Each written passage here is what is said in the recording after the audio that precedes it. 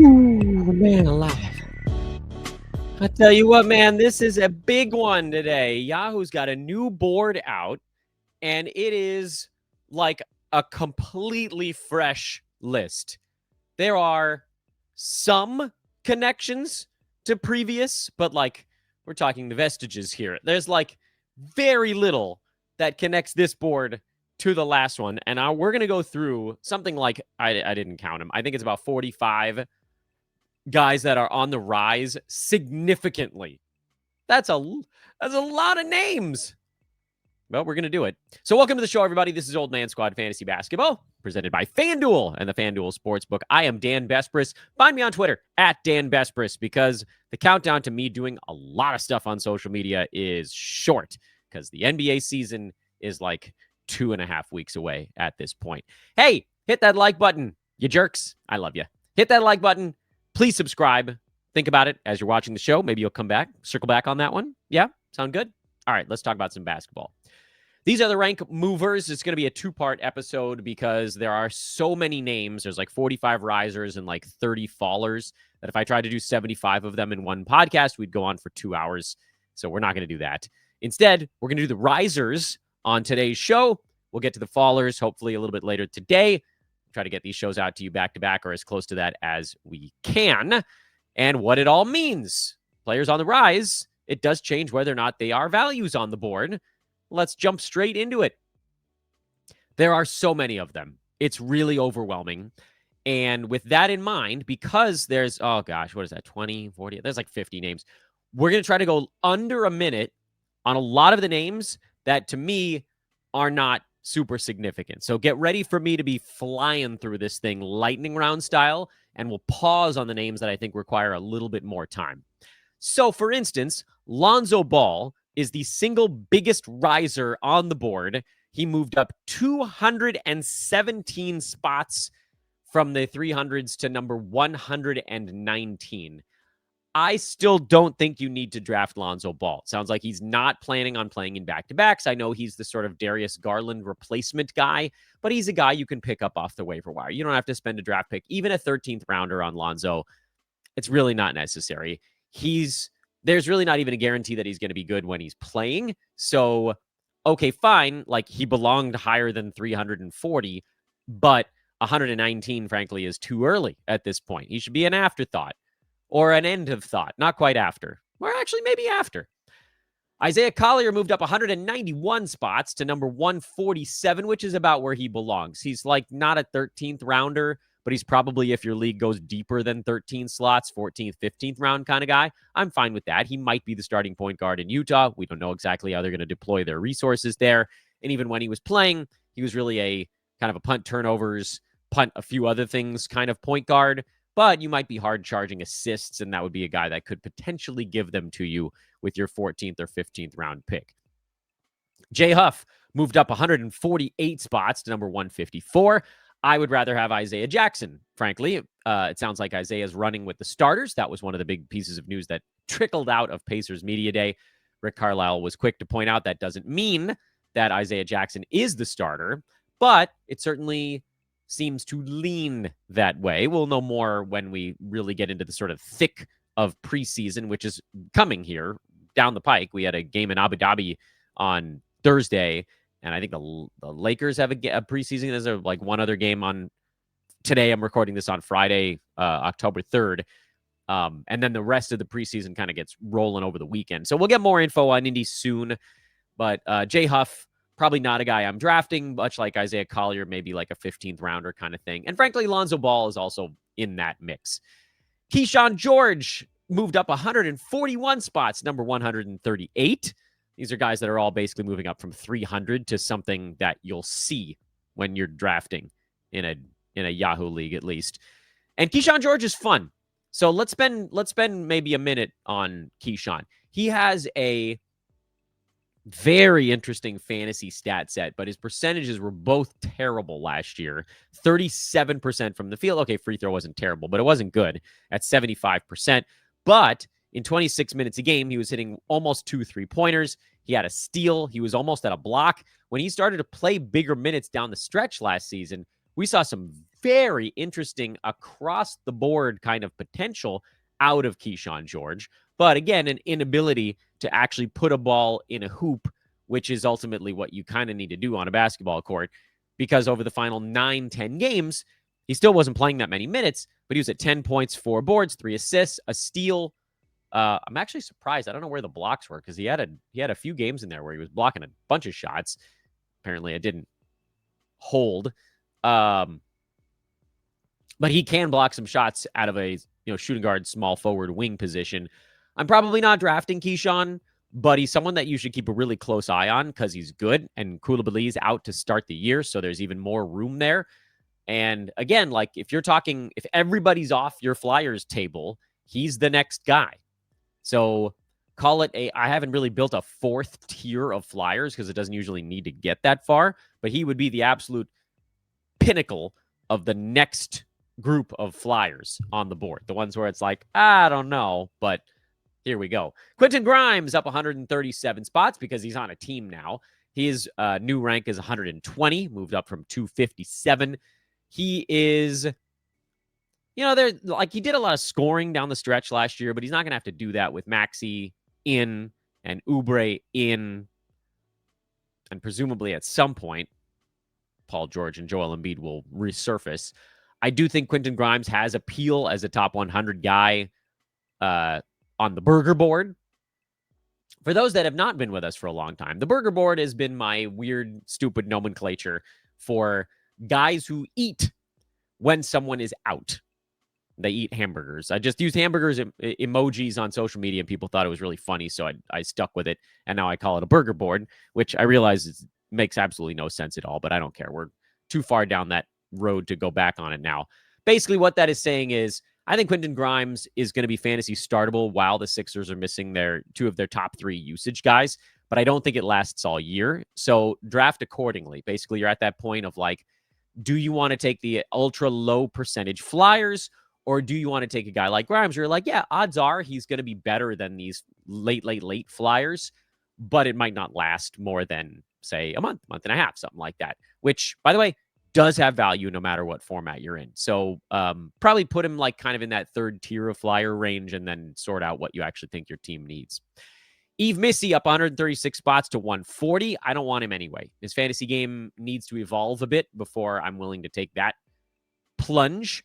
He played plenty of minutes last year, and he was not that outstanding anyway. He averaged 27 minutes a game, and he was number 191. Bad free throw shooter, that's part of it. Fine rebounder, not an elite shot blocker, but fine there as well. He is, if you're in a punt free throw build and you don't get some of your other punt free throw targets, he's someone that you could look at. Straight 9-cat. I don't think that I'm drafting Missy. Neemias Queta up 128 spots, although he's still at 188. So he's still not really on the board, which is interesting because I'd rather have him over Missy. Queta, they'll probably play pretty close to the same number of minutes, maybe Queta 1 or 2 fewer, but he's an okay free throw shooter, and so it's much easier than to actually get to fantasy value. I think if you're giving Queta 25, 26 minutes a ball game, he rolls along as a 3rd string center. He should be your last round pick if still on the board. And we did a late Flyers episode that aired yesterday, I think. You can find it if you just subscribe and search the Old Man Squad page. He does belong on rosters, I believe. If barely, but I think he does. Scotty Pippen Jr. jumps up 99 spots. Now we're finally into the double digits in rising to 163. So again, still pretty far down the board, but again, he goes from being sort of like vanished to existing on boards. I don't think you need to draft Scotty Pippen unless we find out that he's starting. So just keep one eye on him. Cason Wallace up 87 spots to 129. He should be drafted late. He is a 3-and-D wizard. He is, there's a little bit of a problem here. He's number 129. And the fun with Wallace before was that you could pretty much guarantee taking him with your last round pick. And now you might not be able to anymore. And I don't think I want to take him earlier than my last round pick. Although, there are a lot of things that sort of point at Cason having a solid enough fantasy season. Last year, he played almost 28 minutes a game and he was a pure 3 and D guy, not even really a 3 guy. It was pretty much just a D guy. 2.3 combined defensive stats and sub-average in every other fantasy relevant category. He's a decent punt points target as a, again, D but not 3 guy, where your value is almost 100% tied up in one statistical category. And that's my big fear with Wallace, because you guys have heard me talk on this show over the last couple of weeks how much I like Keegan Murray and I like Toumani Camara, other guys that I think do a good thing in defensive stats. But I also think those guys do other stuff. I think those guys will get 5 or 6 rebounds a game. I think those guys will get closer to 2 3-pointers a game. Keegan Murray, we know, can actually hit 2s. Like Keegan Murray's going to score in double digits. Kamara's probably going to score in double digits. They have these other things that I think they can excel at, where Wallace might beat them straight up head-to-head in steals only, but probably loses every other category to them. That's why I like those other guys more. And if I got to spend a 10th, 11th round pick on Wallace, I don't think I want him anymore. I liked him as a 13th. Dennis Schroder up 59 spots to 112. No, no, that's it. That's where I'm at with that one. We know enough about Dennis Schroeder's fantasy game to know that it does not really translate to 9-cat unless he is the number 1 guy, like he was in Brooklyn for a bit last year. He will be the 4th option on Sacramento. That's not a high enough option. Kings, by the way, season win total over at FanDuel is 34.5. So FanDuel also, and Vegas in general, thinks the Kings are going to stink, which I also kind of think the Kings are going to stink. And Schroeder's not going to fix that. But if they thin the herd, that's how Dennis might be of intrigue. But honestly, I like the fact that he's at 112 now, because he's going to get in the way. He's going to muck up the board, and it's going to allow us to get guys we want in this range, because someone else is going to take Schroeder. Not us. I want to talk about screwing up one of my secret guys. Jrue Holiday moves up 54 spots to number 81. This is a dude that was just not even anywhere close to a thought for people in the mid 130s. Nobody was drafting him. He was getting passed over even in the 12th, 13th round. And now that somebody's going to auto draft him, even if somebody's not targeting him. This is way too early on Jrue Holiday. He's been in the NBA for damn near 2 full decades. I like Jrue Holiday. I think he's going to have a good fantasy season, but I'm not willing to spend an 80 range pick on him, because I can't guarantee he's going to be good the entire season. I can't guarantee he's going to be healthy the entire season. I can't even guarantee he's going to be top 80 to start the year. So Yahoo, you've ruined Jrue Holiday, and I'll never forgive you for it. You also have kind of ruined my guy Herb Jones. He goes from 148 to 102. Son of a bitch. I'm really upset about this one, because Herb in the 150 range was my guaranteed 12th round pick. I was getting him every mock. 12th round Herb. He was one of my favorites, and he's not anymore. This is where he belongs. Herb should be going around 100, because that's probably where he's going to be this year. If he has turnovers near 1.2, 9-cat guy, his steals are going to be high. He's going to hit 1 to 2 3-pointers a game. He's going to get you 3.5 to 4 rebounds and 3 assists a night. He's a 3 and D guy that's not that great at threes, but good enough. And he's probably going to be ranked somewhere between 85 and 115. He's where he belongs now, which sucks, because we had a nice value on him before, and we don't really anymore. Boo. Fi. Donte DiVincenzo up 31 slots to 111. I'm not really into the DiVincenzo experience. He probably does more this year than last season, because Mike Conley is being more and more phased out. And there were stretches where Donte was pretty good last year, but he's not one of my main targets. The question I think we need to ask ourselves is, can Donte get up to 28 minutes a ball game? I think the answer is yes.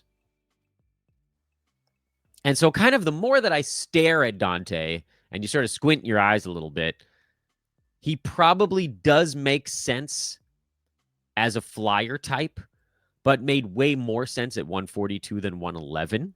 But now that Yahoo's redone their board, some of the guys that we were going to get as flyers, you can't get as flyers anymore. They're off the board sooner, and you have to kind of retool how you feel about a lot of these guys. No Nickeil Alexander-Walker. That's kind of a big one for Donte. Not so much for Walker, but more for DiVincenzo, because he was fighting with Conley and Nah for minutes. And now with Conley getting a year older and Alexander Walker gone, the competition for DiVincenzo is just a little bit smaller. And Donte's going to be a good threes guy. I mean, he's a 3-and-D guy with a little bit of assist upside, and that's probably where you hope things can tilt a little bit. And maybe we get like 13, 4, and 4 out of DiVincenzo this year with over a steal, half a block, and 3 3-pointers. That should get him into the 75 to 100 zone. So he's fine here. I'm okay with Donte at 111.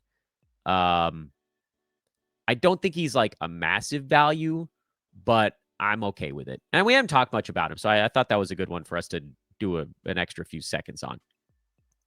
By the way, if you're enjoying this, now would be a good time to hit the like and subscribe button. Just saying. Also, hey, I mentioned this on a show yesterday. The link is in the show description. I should probably put it somewhere else, so maybe I'll like try to flash it on the screen while I'm talking. I did a thing, and I don't know exactly how I feel about the thing. I actually can't even flash it on the screen. You know what I can do? I can share the page. Nope, I can't even do that. Crap. Oh, no. Can I share an image file? Yeah, there we go. All right, so what you're looking at right now is a bunch of logos. This is terrible. This does nothing. Switch it back. Switch it back. Switch it back, Dan. There we go. I started a Patreon, and I've hesitated to do this forever and ever and ever. And I finally did it because like a solid 30 to 40 of you out there were like, Dan, I want to contribute. And for 8 years, I was just like, no, I'm not doing it.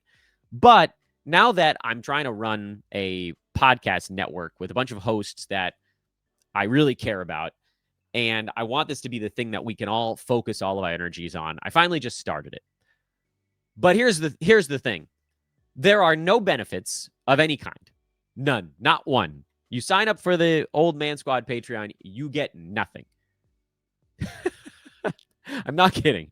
You literally get nothing. So why would you do it? I truly don't care. You can do it. You can not do it. It changes nothing. There's the site. It is $1 a month. I put it at the lowest number that Patreon would have let me do. But this is for anybody that over the years has been like, I want to be able to contribute to whatever it is that Dan and the Old Man Squad are doing. And now it exists. So do it. Don't do it. I truly don't care. The link is in the show description. I'm struggling to figure out how to actually put the link on a screen right now. Without I think in a live show, you can do a comment.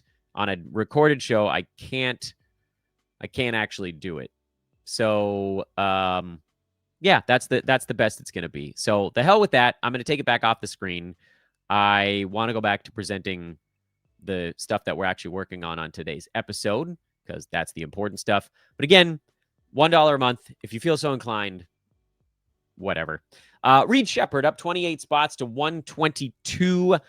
I'm still not really that big into Reed. I think he's one of those ones where if it hits, I'm sort of comfortable with missing. I don't believe that there's going to be quite enough for him, because he's a high percentages guy, and that means you need to be able to shoot to make that a thing. Ausar Thompson, this is a big one. He went up 28 spots to number 77 now. That to me is scary. That's not like the bottom's gonna fall out. I don't know, man. You know, even down the stretch last year when things were starting to kind of fall into place a little bit more for him, you still got the free throw issues. You've got the lack of 3-pointer. There's not going to be much scoring. Steals and blocks are going to be amazing. Rebounds are going to be solid. Field goal percent is going to be solid. I think there are a billion builds that Ausar Thompson would fit into, even at 77. But, you know, the big joy here was like, I can get this guy near 95, 100, and I think he has a chance to be a top 50 guy. But now you look at the board and you're looking at the other guys that are going near Ausar at 77, and you still got some guarantees left. You have guarantees still on the board. Not a ton of them. The new Yahoo board, they've done a good job of pushing a lot of the guarantees up into the top 65. But there's still like, I'd say one handful of guys left before I get into that group that includes Ausar Thompson. Those handful of guys might be gone. But this is a big change for him, and I'd be a little bit more hesitant to take him at 77. I think I'd still do it, but it would certainly not be. It'd be like probably about my sixth choice. Myles Turner up 26 spots, number 47. That's where he was going anyway in most leagues, so I don't think this changes a whole lot. It's where he belongs. Myles Turner should be going around 50. Totally fine. Not a big deal. You guys aren't going to believe this, but we're not even halfway through. Payton Pritchard. Another one up the board. 22 spots to number 65. And boy, we've taken the heat off of that one, haven't we? You still got guys on the board that are like guaranteed top 65 guys. And with Pritchard, I mean, he's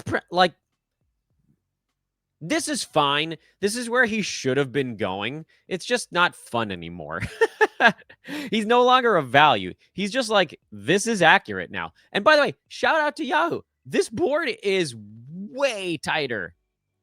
This board is way closer to where guys belong. Modest Buzelis up 19 spots to number 88. I don't think that I want him at 88. I like him. You guys remember my Flyers board. I like him some. But I want him. To me, like, again, this is probably where he belongs. And you have to look at it as it compares to the guys around him on the board.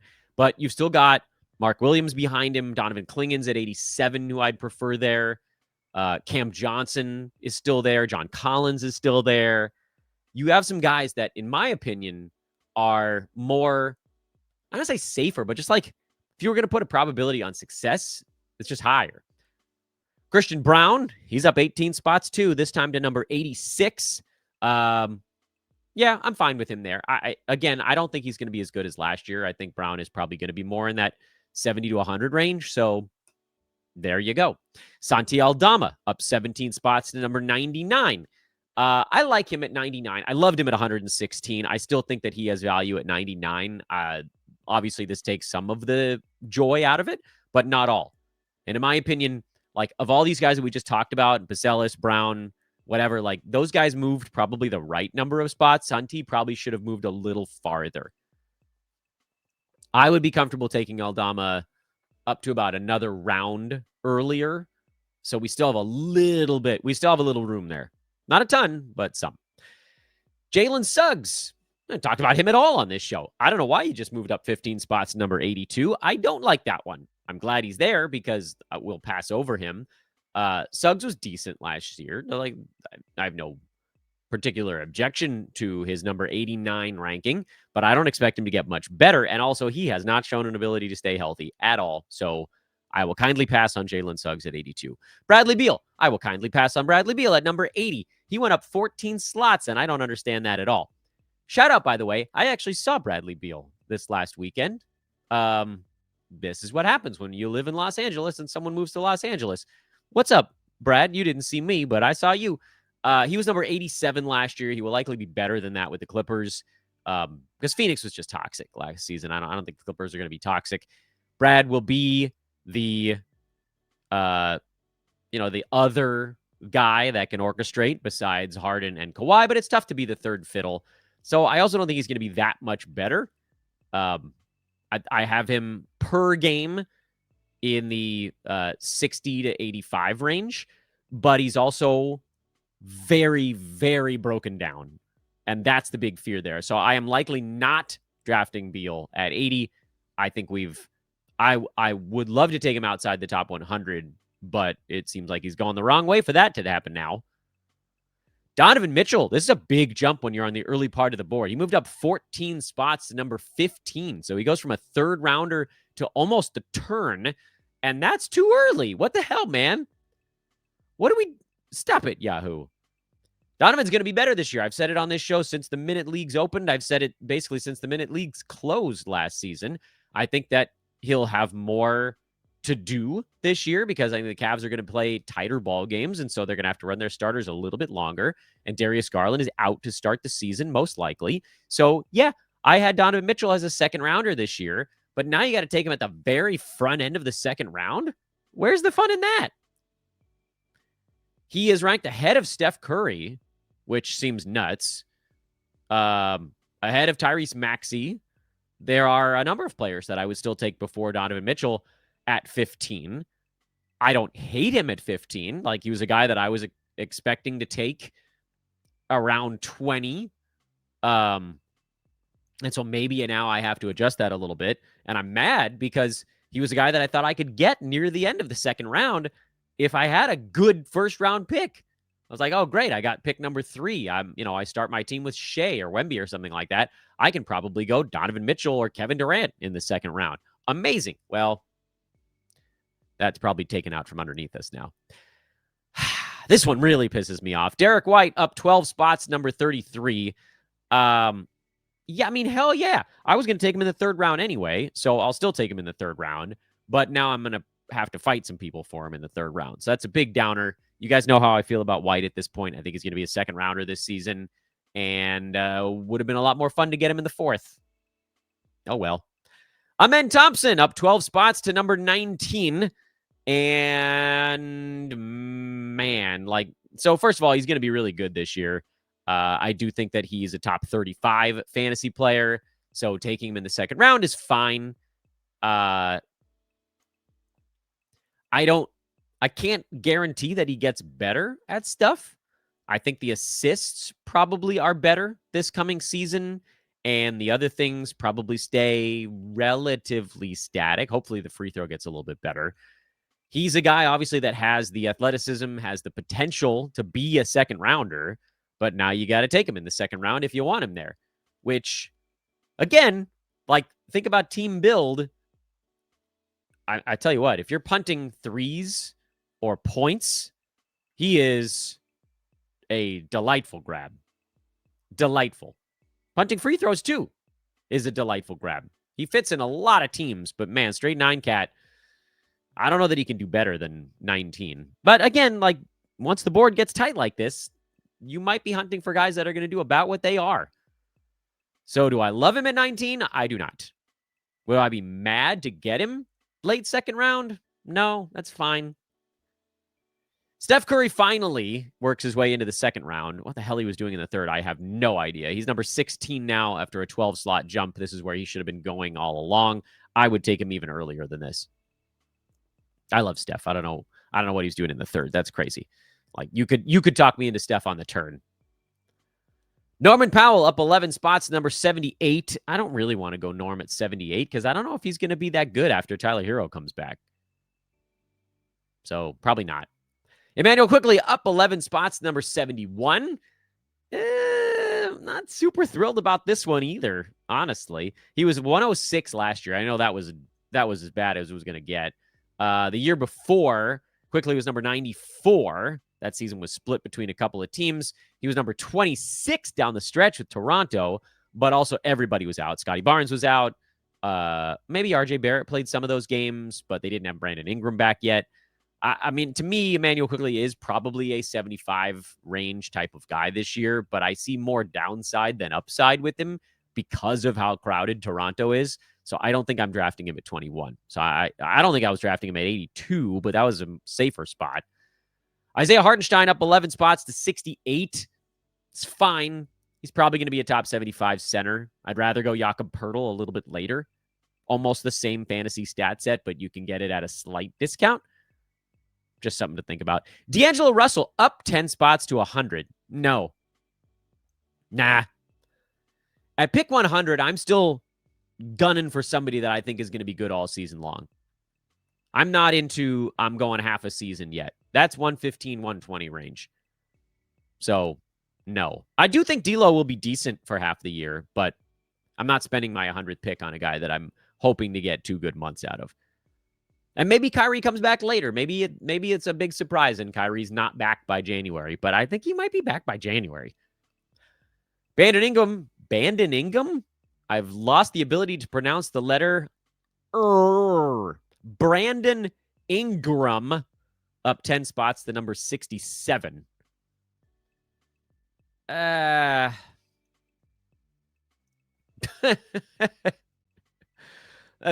my body lets out a Brandon Ingram noise. All right. So look, here's the thing on Ingram. He was number 86 in 9-cat last year and 45 in 8-cat. But he was also ridiculously bad at turnovers last year. He had 3.8 turnovers per game. He only played 18 ball games. So again, that was a number that probably would have come down. Could he be the number 67 guy in 8-cat? Sure. Even in Toronto. Do I trust him to stay healthy? I do not. So I will kindly pass on Brandon Ingram at number 67. And if you know what? If he goes out there and puts together a healthy year, more power to all of you that risked it. But I'm not doing it. I know they say if you want a biscuit, that's what you have to do. But in this particular case, I don't want the Brandon biscuit. This show is brought to you by our friends at Fantrax. Sign up for an account at fantrax.com/oldmansquad. That's the link that lets them know where you heard about them. And enjoy fantasy sports the best way possible. There's so much complaining about fantasy sports these days. Fantrax has all the tools, if you want to be a commissioner, or if you want to talk to a commissioner of your league, has all the tools to make fantasy work for you again. Change when your leagues start and end. Change 1,000 different categories. Change the draft, slow draft, if you got people in different countries on different time zones or on vacation or whatever. So they've got an hour or two for their pick. Change how much each category is worth. Change alerts. Change your roster size. Change your IL size. Change how IL works. Fantrax has all the tools that the other sites do not. And for me, someone who likes to run leagues, it's the only place to go. Fantrax.com/oldmansquad. Sign up today. It'll take you a little time to get used to how everything looks, but then I promise you're not going back. We finally, for those that are listening and can't see it, we finally get to our last page of names. We've got 9 more names to cover. And by the way, this is without talking about some of the shifting within the top 25. We got some guys that bounced into it, like Steph Curry and Amen Thompson and whatever. But a bunch of guys in the top 25 moved around. We're going to do a show that just goes over the top 12 and the next 12 in the next couple of days. I mean, this is a really big board readjustment. This is like a total restart. Deni Avdija up again. 10 more slots. He's number 43 now. Started at 62. He was fun at 62. He's not that fun at 43. We have taken the fastball out of Deni Avdija. Because I do think he's going to be a top 50 guy. Here's the thing. The joy of taking Deni at the beginning of the 6th round was that you had a guy that could legitimately go on first round runs in the 6th round. Now you got a guy that'll go on first round runs in the 4th round. But if everybody keeps clawing over each other to get him, you're going to miss out on guys that are just good, solid, like 3rd round all season long values because you're chasing a high, basically. Would I draft Deni Avdija at 43?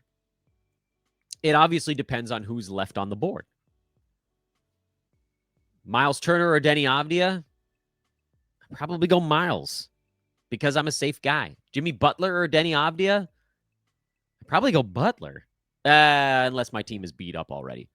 Kawhi Leonard or Deni Avdija? Ooh, that's an interesting one. I'm going Kawhi.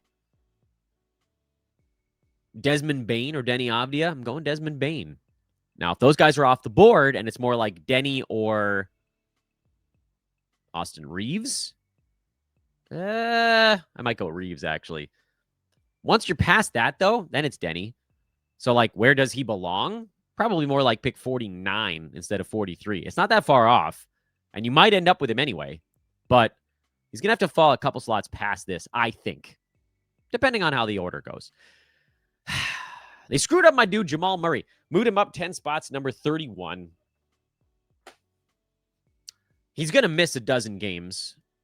But, you know, Jamal, for all how highly I've spoken of him on this show, he's not going to play in 72 ball games. He's going to probably play in 65 to 70. And at 41, that was fine because he's going to be a top 20 per game guy. But you have to think about the total side of this. And now you got to go get a guy who's going to be a bit dinged up in the third round. And I don't like it anymore. I liked him as a fourth or even like the very last pick of the third. But I don't like this anymore. I'm mad. I'm hopping mad. I might still end up with Jamal sometimes. It'll depend on how the board is looking. But like, I'd rather have Bam Adebayo, who I think is going to be worse per game, but I think is going to play 75 ball games. I'd rather have Derek White. I'd probably rather... no, I don't know about the Desmond Bane versus Jamal Murray thing. I might still go Jamal there. So again, like, it's not that they got it wrong. That's why I'm not mad about it. He's not too early here.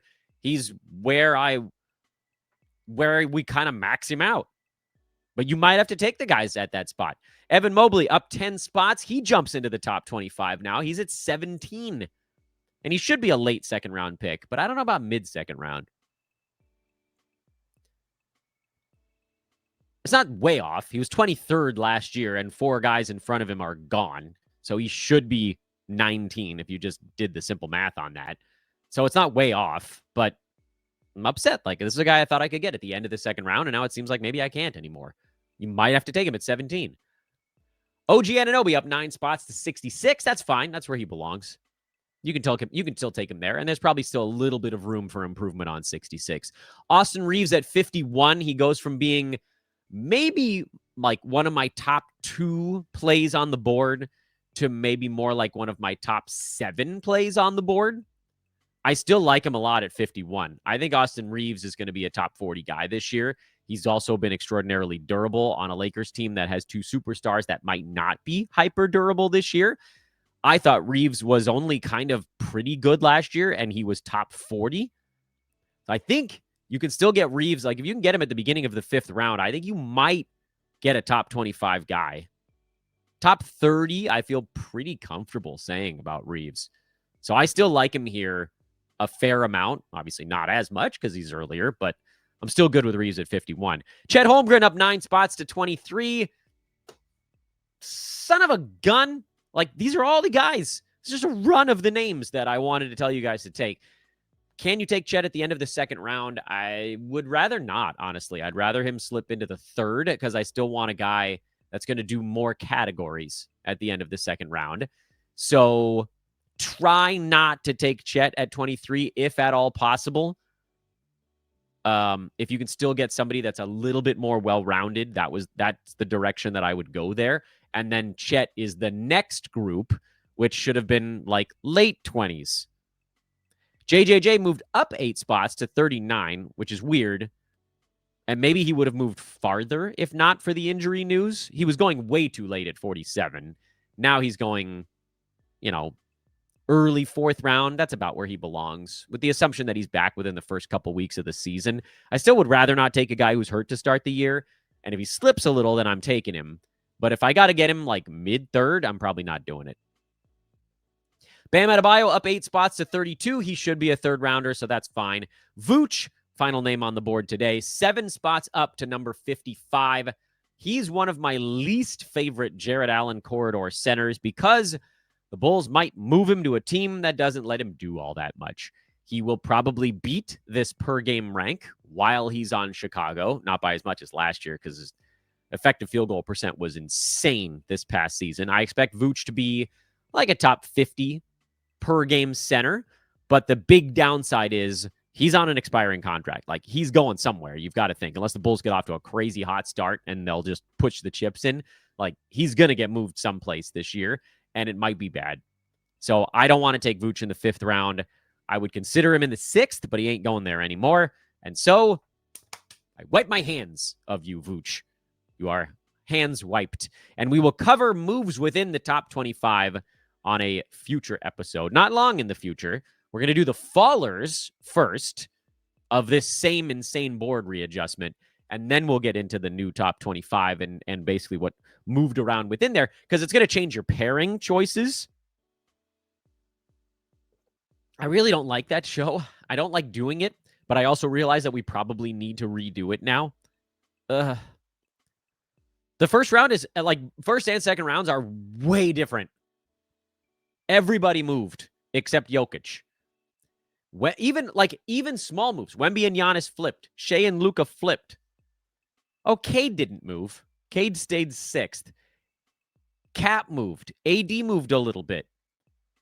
Ant moved. Booker moved. Trae Young stayed at 11.